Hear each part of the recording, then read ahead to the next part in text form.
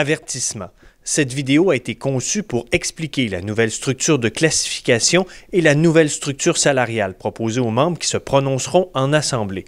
La mise en situation a pour objectif de renseigner les membres et non d'orienter leur choix.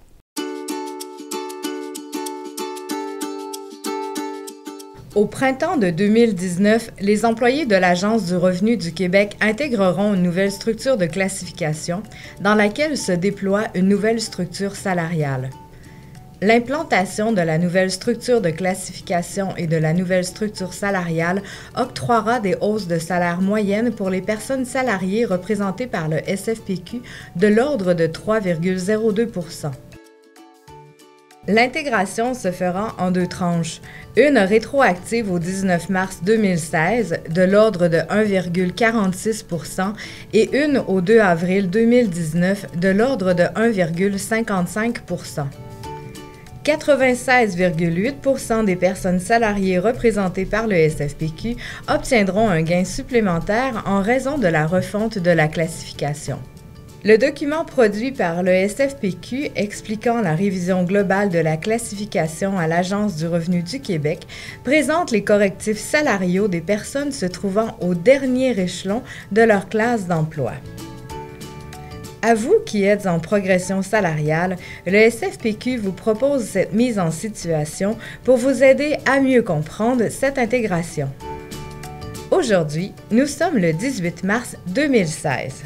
Je suis agente de bureau, classe 10. Dans ma convention collective, je trouve mon salaire annuel sous la colonne Taux au 2015-04-01. Puisque je suis agente de bureau, classe 10 et à l'échelon 3, je gagne 35 394 $. C'est mon salaire jusqu'à aujourd'hui, le 18 mars 2016. À partir du 19 mars 2016, mon nouveau taux de traitement sera inscrit dans la nouvelle structure salariale. Il s'agit de la première étape d'intégration dont je vous parlais au début de cet exemple. Pour trouver ce nouveau salaire annuel, je dois d'abord repérer mon rang dans la nouvelle structure de classification. Pour le faire, référez-vous à la liste des classifications du guide Révision globale de la classification et de la structure salariale ARQ 2019 qu'a conçu le SFPQ. Mais quel est mon nouveau rang? Pour le connaître, je dois trouver ma nouvelle classe d'emploi. Selon ce document, ma nouvelle classe d'emploi est 334 commis aux opérations. Et, selon la nouvelle classification, je me trouve au rang 7. Voyons donc ce rang sur la nouvelle structure de classification. Il me permet maintenant de connaître mon nouveau salaire annuel. Voici comment faire.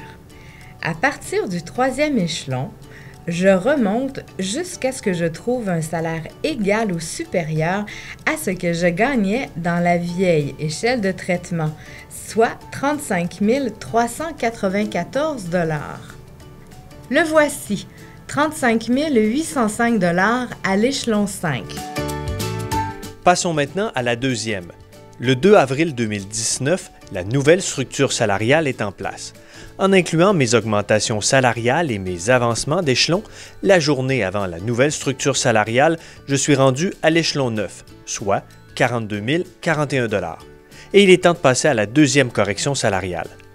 Voici comment faire. À partir de mon salaire, 42 041 $, je trouve l'échelon égal ou supérieur dans la nouvelle échelle de traitement de 2019. Mon salaire sera alors corrigé à la hausse, soit à l'échelon 9, 42 717 $.